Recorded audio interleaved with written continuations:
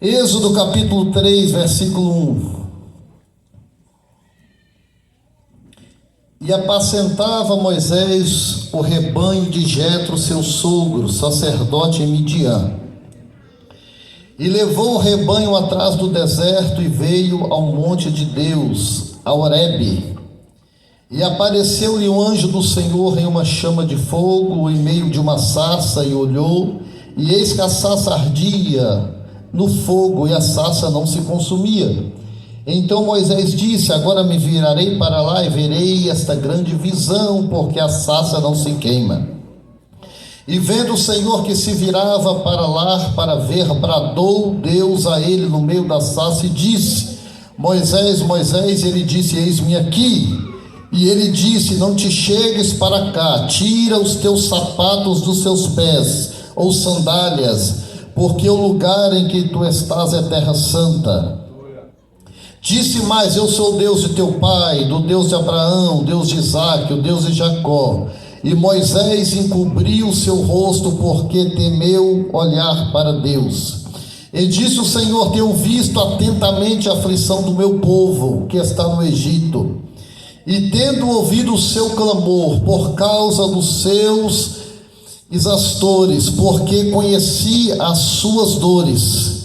Portanto desci para livrá-los da mão dos egípcios, e para fazê-lo subir daquela terra a uma terra boa e larga, a uma terra que emana leite e mel, ao lugar do cananeu, do Eteu, do Amorreu, do Ferezeu, do Eveu, do Jebuseu.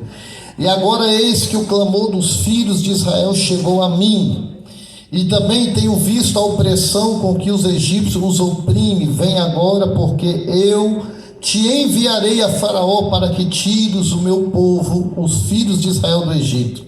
Então disse Moisés a Deus: quem sou eu que vá a Faraó e tire os filhos de Israel do Egito? Versículo 12, Deus disse: certamente eu serei contigo, e isso te será por sinal que eu te enviarei quando houveres tirado o meu povo do Egito, e servirei a este monte. Para encurtar a leitura, capítulo 4, versículo 1.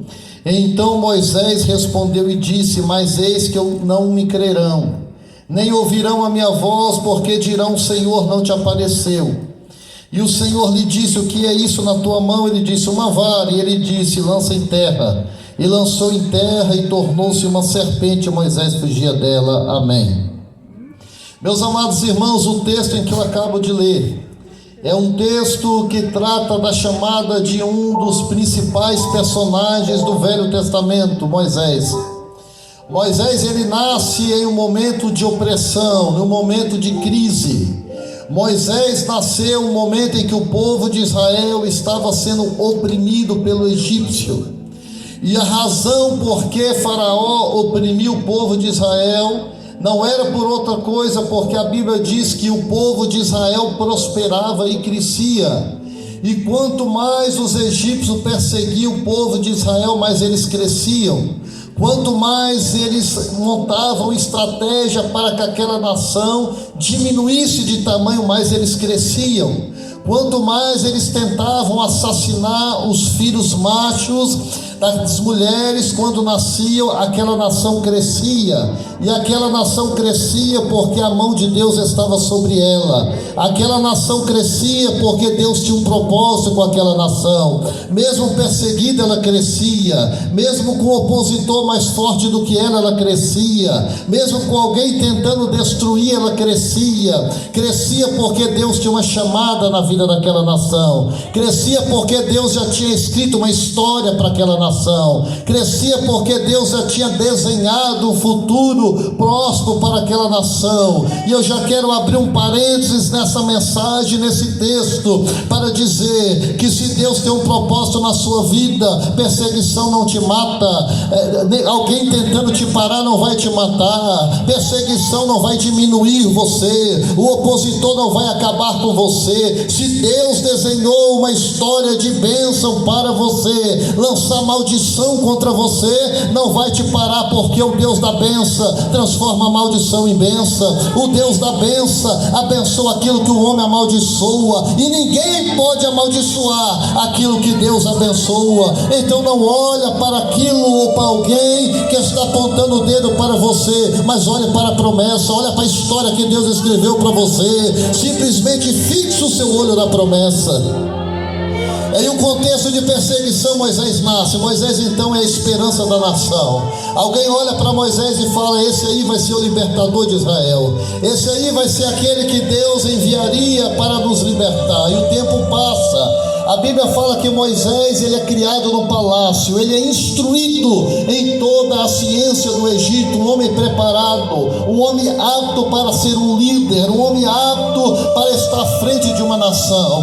Mas um dia Moisés comete um erro que pode acabar com o seu futuro. Um dia Moisés, com a intenção correta, faz a coisa errada. Com a intenção correta, ele comete um erro, ele mata uma pessoa, ele mata um homem e esconde na areia. Ele pensa que ninguém viu, ele acha que aquilo vai ficar para lá, mas alguém enxerga. E eu quero dizer uma coisa para você: sempre terá alguém para enxergar o teu erro, sempre terá alguém para apontar as quedas que você teve na vida. Moisés então, certo dia, ele entra numa situação e alguém aponta o dedo e fala para Moisés: você é um assassino, você não tem legitimidade para me corrigir, eu conheço o seu passado, você já errou. Quem você pensa que é para vir me instruir? Quem você pensa que é para vir a me admoestar, para me ensinar, para me corrigir?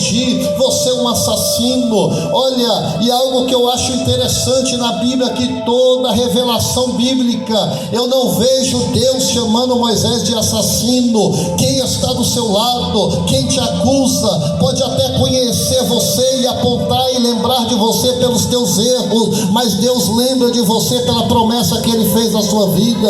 Deus não chama Moisés de assassino, mas quando Ele vai falar com Moisés, Ele fala: não, Moisés, eu sou com você, eu sou contigo. E Moisés tem uma série de coisas para dizer. O mundo pode te conhecer pelo seu erro. Quando eu olho para a Bíblia, eu olho para Davi. Quantas vezes nós pregamos sobre Davi e nós olhamos para Davi e dizemos: adúltero, o homem que adulterou. Mas quando Deus olha para Davi e fala: é segundo o meu coração. Deus não conhece você pelo seu erro, Ele conhece você pelo relacionamento que você tem com Ele. Você pode ter caído, mas nesta noite Deus te chama de filho. Deus te chama de filho. Deus fala: eu te amo do jeito que você é. Eu conheço o seu erro e eu não aceito o seu erro, mas eu tenho uma nova história para você, eu tenho uma nova história para a sua vida. Moisés foge, e agora parece que tudo estava acabado. Agora Moisés, encurta-se a história, Moisés vai para o deserto apacentar ovelha, e ali no deserto ele fica 40 anos, ali termina a história de Moisés. Só que Deus resolve aparecer para Moisés. Veja bem, presta atenção.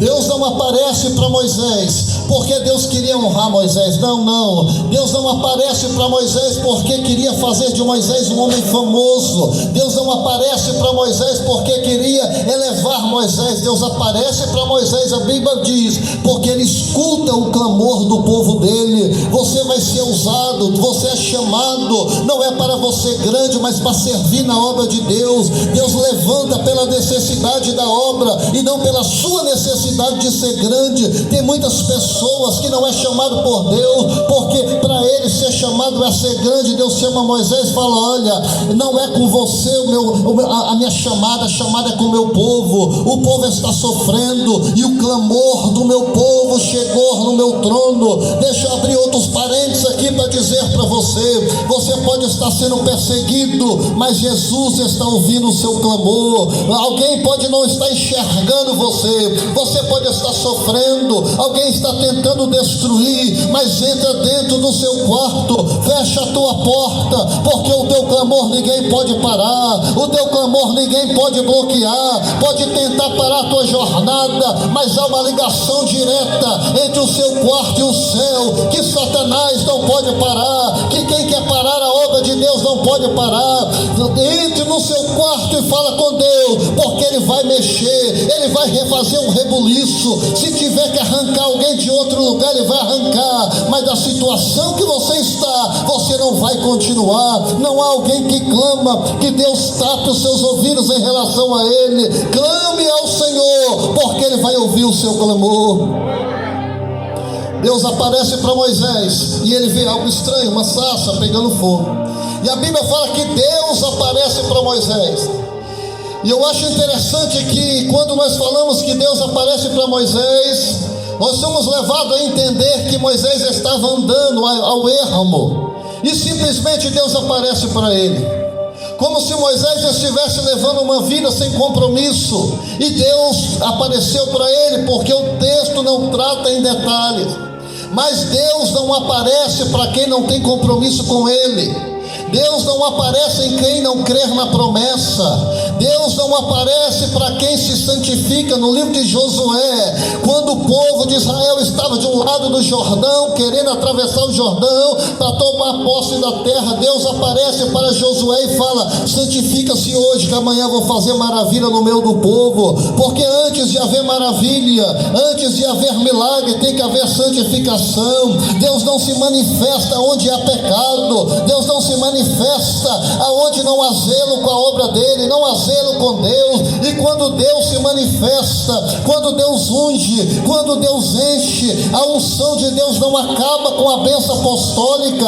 A unção de Deus não acaba quando você entra no seu carro e vai embora. Isso não é unção de Deus, isso é emoção, isso é emocionalismo. Porque não é possível alguém ser cheio de Deus num culto, pular, bater palma, cair e na segunda-feira está pecando, na segunda-feira não dá testemunho, na segunda-feira não lembra de Deus, na segunda-feira empresta a sua boca para falar mal do seu irmão, na segunda-feira está nas redes sociais, não dá testemunho. É impossível. De uma mesma fonte não sai água doce e água amarga. Quem é cheio de Deus no domingo, quem é cheio de Deus na igreja, é cheio de Deus no trabalho, é cheio de Deus dentro de casa, é cheio de Deus na rua, lá na escola é cheio de Deus, no trânsito é cheio de Deus, lá no seu trabalho as pessoas olham para você, identifica Deus na sua vida.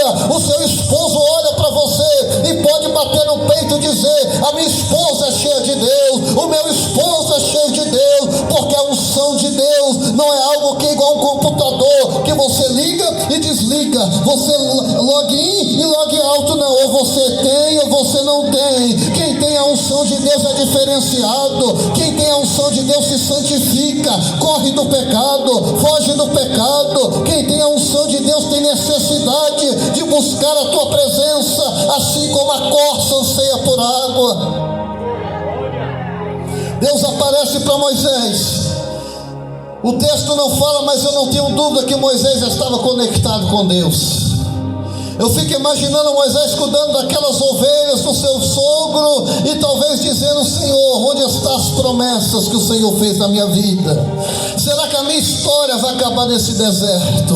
Será que a minha história, eu já estou com 80 anos, será que a minha história vai acabar do lado do Monte Horebe? Será que a minha história vai acabar desse jeito? A minha família tinha tanta expectativa sobre mim, o povo de Israel tinha tanta expectativa de mim, e Deus aparece para Moisés para dizer para ele que a história não tinha acabado. E quando Deus aparece, você pode, com a visão humana, ter passado da idade, não ter capacidade humana, mas quando Deus unge, Deus leva, Deus levanta, Deus capacita. A unção de Deus que faz a diferença.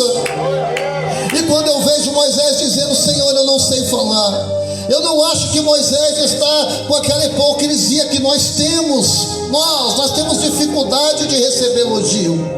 Quantas vezes nós pregamos e alguém no final da mensagem ou canta ou faz algo, no final da mensagem alguém diz: mas que mensagem? Aí nós falamos: que isso, rapaz, preguei nada. Mas no fundo você acha que pregou, no fundo você acha que pregou muito. Quando você canta canta e alguém diz: rapaz, mas que hino, que unção, e você fala: que isso, eu nem ensaiei direito. Mas no fundo você acha que você cantou muito. Não, não é isso. Moisés não poderia usar de hipocrisia diante de um Deus que a Bíblia fala que seus olhos são como chama de fogo, que tudo vê. Um homem diante de Deus, ele é desnudado, não tem como ele esconder as suas deficiências, as suas limitações. E Moisés, quando chega para Deus, fala: Senhor, eu não sei nem falar direito. E Deus responde: mas eu sou contigo. É como se Moisés estivesse dizendo: Senhor, mas há um tempo atrás eu matei um homem, eu escondi na areia. Deus está dizendo: mas eu sou contigo. Senhor, mas eu não tenho tanta capacidade, eu já tenho 80 anos, Moisés, eu já falei que eu sou contigo. Quando eu me revelei a você, eu já sabia de tudo isso, eu já sabia das suas limitações, mas mesmo assim eu escolhi você, eu levantei você. Vai, e quando você chegar lá, fala que foi eu que enviei você ao Egito. Moisés não é o único homem na Bíblia que, quando foi chamado de Deus, ele apresentou limitações. Quando nós olhamos para o profeta Jeremias, e Deus chama Jeremias, e Jeremias fala: Senhor, eu sou um menino. Jeremias tinha 20 anos de idade quando foi chamado. Ele falou: não tenho experiência nenhuma, eu não tenho experiência. Como é que o Senhor vai me usar ainda para falar para as nações? Como que o Senhor vai me usar se eu não tenho experiência, eu não tenho vivência? E Deus olha para Jeremias e fala: Jeremias, se você soubesse que foi eu que te formei, que foi eu que te criei, se você soubesse que antes de você ter nascido eu já tinha traçado algo para você. Você acha mesmo, Jeremias, que a sua limitação é maior que a minha presença? Você acha mesmo, Jeremias, que as suas deficiências é maior que a minha unção na sua vida? Você acha mesmo, Jeremias, que o fato de você não saber vai limitar a minha obra na sua vida? Não, Jeremias, você não sabe, mas eu sei. Você não tem, mas eu tenho. Você não pode, mas eu posso. Você não sabe, mas eu sei. Sou eu que vou te levar, Jeremias. Somente fique na minha dispensação.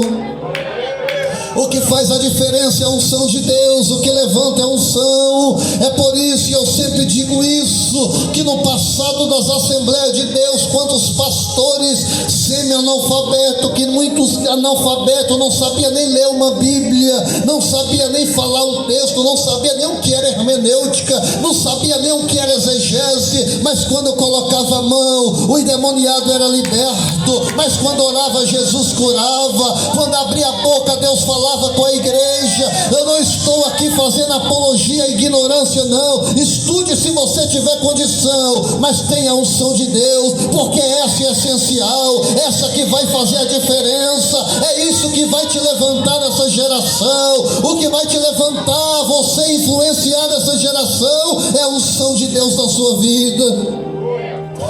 É tão fácil liderar quem tem unção de Deus. É tão fácil para um líder de departamento estar à frente de um grupo de quem tem unção de Deus, porque quem tem unção de Deus não se embaraça com as coisas dessa terra. Ele não perde tempo com coisinha. Quando acontece alguma coisa, ele rápido resolve, porque ele sabe quem chamou, ele sabe para onde ele está indo, ele sabe qual o propósito que ele tem. É tão fácil estar à frente de uma igreja como essa, que tem a unção de Deus, porque quem tem a unção de Deus coloca o reino em primeiro lugar. Quem tem a unção de Deus não coloca as suas questões pessoais acima da obra de Deus, mas primeiro a obra de Deus, primeiro o propósito de Deus, primeiro aquilo que Deus me mandou fazer, depois o Rodrigo, depois o que eu quero, depois o que eu acho, mas primeiro é aquilo que Deus mandou você fazer. Há um outro homem que ele foi cheio de Deus, ele se deparou com a glória de Deus, Isaías. Quando Isaías se depara com a glória de Deus, e ele tem uma visão tremenda, e no meio daquela visão, aquele trono, sai uma voz e diz: a quem enviarei? Isaías fala: eu estou aqui, envia-me a mim. Por quê? Porque quem tem a unção de Deus não anda empurrado, ele se dispõe. Quando aparece uma necessidade, ele é o primeiro a dizer: eu quero fazer, eu tenho a unção de Deus, eu fui chamado para isso. É tão fácil liderar um grupo de pessoas que tem unção de Deus, porque você não precisa empurrar, mas você é empurrado por Ele. Em nome de Jesus Cristo, saia nesta noite cheio da unção de Deus. muitas pregações sobre a unção de Deus.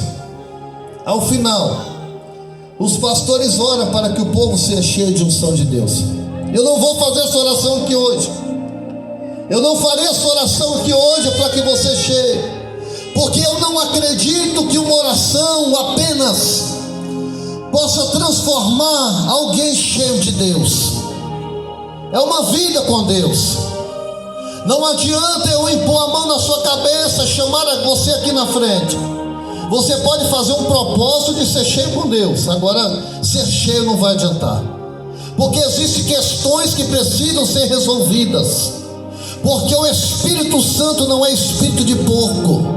O Espírito Santo não habita no meio da imundícia.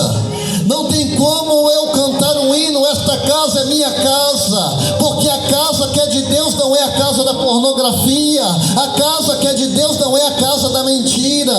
A casa que é de Deus não é a casa que quer ver o mal do irmão. Então, quando eu estou dizendo essa casa é minha casa, eu estou dizendo nessa casa não tem rancor, nessa casa eu perdoo, nessa casa não tem compartimento escondido, não tem quarto secreto. Essa casa é um livro aberto. Não adianta você cantar que esta casa é sua casa se você tem outro inquilino dentro da sua casa, porque Deus não divide o coração com ninguém. Você quer ser cheio de Deus, expulsa qualquer tipo de outro inquilino que há na sua casa, que você vai ver, Deus vai entrar, Ele vai cear, você vai cear com Ele, vai ter festa, e você vai sentir a presença de Deus no domingo, mas na segunda não tem culto, também você vai sentir. Na terça-feira você vai levantar cheio de Deus. Na quarta-feira pode ser que na madrugada você levante falando em mistério. Na quinta-feira você já está com vontade de vir para a igreja, porque você não depende de uma reunião, porque há uma chama que arde dentro de você, que é a presença de Deus.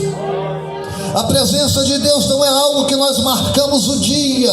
Nós podemos até marcar um culto. Amanhã vai ser culto da unção, culto do avivamento, e você participa desse culto dizendo: eu vou para o culto da unção e o culto do avivamento que o pastor marcou, porque nesse culto eu vou ser cheio. Não, quem marca o dia da unção é o céu e não é a terra. Quem unge e enche o homem não é o pastor, mas é Deus. É Deus que vai te encher, pastor, mas eu quero ser cheio de Deus. Porque quando alguém é cheio de Deus, quando alguém está cheio da unção de Deus, quando ele está cheio do Espírito Santo de Deus, algumas coisas pequenas acabam. O medo acaba, a angústia acaba, a covardia acaba, a depressão acaba, a vontade de desistir acaba. Muitas coisas pequenas seriam resolvidas se você estivesse cheio de Deus. Muitas dúvidas, muitos medos seriam anulados na sua vida se você se enchesse de Deus.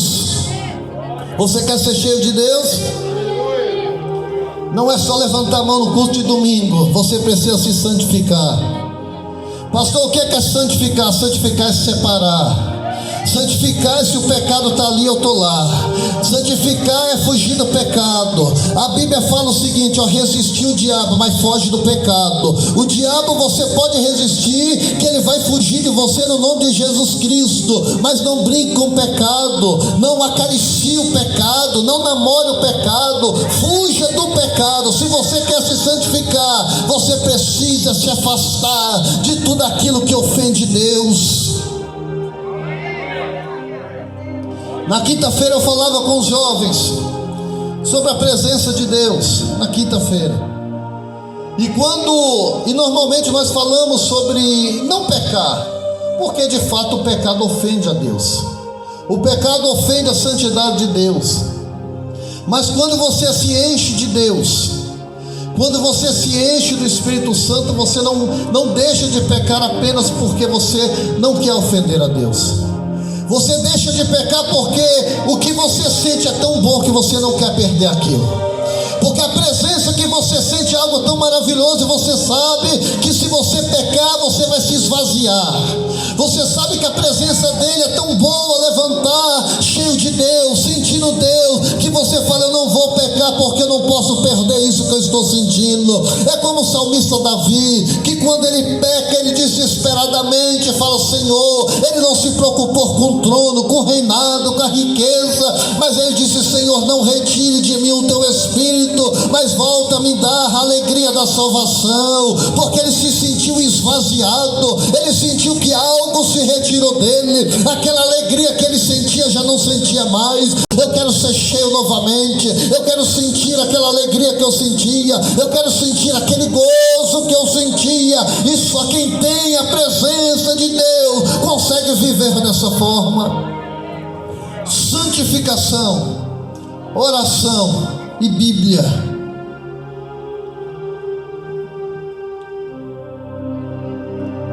Você quer ser cheio de Deus? Se você quer ser de Deus, e se você não lembrar dessa mensagem amanhã, não há forma de você ser cheio de Deus. Se você quer se encher de Deus, é um propósito de vida, é uma forma de vida. Você vai sair daqui hoje dizendo, eu não aceito viver uma vida medíocre espiritual do jeito que eu estou vivendo. Eu não aceito viver na mediocridade. Talvez um dia você já tenha sido cheio de Deus, mas hoje não é. Pastor, mas a maioria das pessoas aqui é crente. Davi era ungido, Davi era rei, e um dia Davi se viu vazio de Deus. Um dia Davi olhou para dentro dele e deu um grito de desespero, falou, Senhor, não retire de mim o teu espírito. Ele era rei, continuava como rei, continuava tendo a coroa, continuava acima do trono, continuava acima de uma nação, continuava sendo respeitado pelo povo, continuava sendo reverenciado por todos, mas Deus já não estava nele. O Espírito Santo não respeita protocolo humano. O Espírito Santo não respeita a influência que você tem na terra. Ele respeita a santidade. Se a santidade ele está, se a santidade ele entra. Pastor, mas que negócio esse de santidade? Santidade é dizer não ao pecado. Santidade é falar assim, eu não aceito o pecado na minha casa, na minha vida. Eu digo não, eu rejeito. É difícil no começo, mas cada dia mais vai ser mais fácil. Quanto mais você se achegar de Deus, você vai passar a ter nojo do pecado. Quanto mais, esses dias eu estava conversando com o pastor, com o pastor Mário, e eu dizia para ele que eu não me conformo de pessoas que antes não era crente, que cometeram erros, e conta esses erros com tanto orgulho. Quando eu não era crente, eu fazia isso, eu não fazia aquilo, eu não fazia aquilo, eu fazia isso, eu fazia aquilo, eu era o cara. Um dia eu estava num local e alguém perguntou, e você? Eu falei, já cometi erros, mas tenho vergonha de cada um deles. Não é troféu, é motivo de vergonha. Quando você se enche de Deus, você olha para os seus erros do passado, não como troféu, mas você tem vergonha, porque Deus abre os seus olhos. Deus tira toda a escama dos seus olhos, e você olha para trás e fala, como que eu fui ingrato com Deus ano passado, mas hoje vai ser diferente. A partir de hoje eu quero ter uma relação diferente com Deus. Você quer ser cheio de Deus? Rejeite o pecado. Rejeite o pecado, diga não ao pecado, diga não, não permita que o pecado tenha território na sua vida, porque quando nós estamos em pecado, quando nós estamos pecando, não há igreja que serve, não há pastor que serve, tudo é ruim, nós vemos defeito em tudo, mas quando você se achega a Deus, quando você está cheio de Deus, alguém fala para você, olha, mas fulano falou isso, você fala, eu estou olhando para cima, eu estou olhando para frente, o meu alvo é Deus. Você não tem tempo para coisas pequenas, porque o Espírito Santo não permite você embaraçar com pequenas coisas. Vamos ficar de pé em nome de Jesus. Você precisa de Deus? Se você acha que não precisa, você é o que mais precisa, porque eu preciso mais de Deus na minha vida. A nossa vida em Deus e com Deus pode ser melhor do que é hoje. Sempre há espaço de se santificar um pouquinho mais. Sempre há espaço de orar um pouco mais. Faça um desafio. Eu fiz um desafio com os jovens, eu não sei se eles estão cumprindo esse desafio, se eles lembram. O desafio que eu fiz com os jovens, para eles todos os dias ler a Bíblia e orar. E eu falei com eles, dentro de um mês, se a vida de vocês não for diferente do que é hoje, vocês me procuram e falam que vocês vão sair da igreja. O desafio que eu fiz com os jovens foi: ore pelo menos 10 minutos por dia e lê a Bíblia. Que se esse espírito de depressão não sair de você, você pode me procurar e falar: pastor, não funcionou. Existem dois polos diferentes, dois extremos diferentes. Antigamente, depressão nós tratávamos como algo demoníaco. Entrava alguém deprimido na igreja e nós queríamos expulsar o demônio. Só que hoje nós estamos em outro extremo tão perigoso, porque quando chega um deprimido na igreja, nós não oramos, nós indicamos um psicólogo. Entra alguém com depressão na igreja, nós falamos: tem aqui esse psicólogo evangélico, ele é uma benção, ora. Eu não estou dizendo que a depressão não é doença, depressão é doença. Eu também não estou dizendo que você não possa procurar um psicólogo. Sim, você pode. Mas o que eu estou dizendo é que se a depressão é doença, o meu Deus é o médico dos médicos, Ele também cura a depressão. É isso que eu estou dizendo. Eu estou dizendo que o poder da oração pode salvar o deprimido. Eu estou dizendo que o deprimido, ele pode ir no psicólogo? Pode. Mas uma igreja que ora pode reverter um quadro de depressão. Quem é cheio de Deus, não há espaço para depressão. Nesta noite, Senhor meu Deus, ora ao Senhor. Senhor querido, nesta hora, Senhor, eu quero, Senhor querido, pedir para a Tua igreja. Senhor, eu preguei, Senhor, aquilo que o Senhor colocou no meu coração. Senhor, que nós precisamos nos santificar para que haja maravilha no meio do Teu povo. Senhor, que nós precisamos nos aproximar mais de Ti. Senhor, nesta noite, Senhor, se tem alguém aqui disposto a se aproximar de Ti, se tem alguém aqui, Senhor, com o coração aberto para se chegar até Ti, Senhor, venha soprar nesta vida, nesta hora, venha dar força, venha dar graça, para que possam rejeitar o pecado, para que possa ter uma vida abundante, para que possa experimentar a Tua perfeita vontade, para que possa ter uma vida plena na Tua presença. Senhor querido, dá dons espirituais para a Sua igreja, usa com profecia, porque se o Teu povo se santificar, haverá maravilhas no meio do povo. O Senhor vai realizar milagres, paralíticos vão se levantar, pessoas vão ser curadas do vício, do alcoolismo, da depressão. Senhor, nesta noite, Senhor, eu não sei quantos, mas eu sei que alguns aqui estão fazendo um compromisso com o céu, estão fazendo um compromisso com o Teu trono, de se santificar, de se chegar mais a Ti, de orar mais, de buscar mais, de rejeitar o pecado. Senhor, então, responda com fogo, responda com sinais, responda com maravilhas no meio do Seu povo. Senhor, nós queremos ver esta igreja cheia da Sua glória. Senhor, que pessoas possam ser salvas a cada culto, que testemunhos possam ser contados nesta tribuna. Senhor, enche a Tua igreja, nos ajuda, Senhor, a ter sede da Tua presença, a ter sede de Ti. Quem tem sede de Deus, levante e aplaude o Senhor. Levante a sua mão e aplaude o Senhor.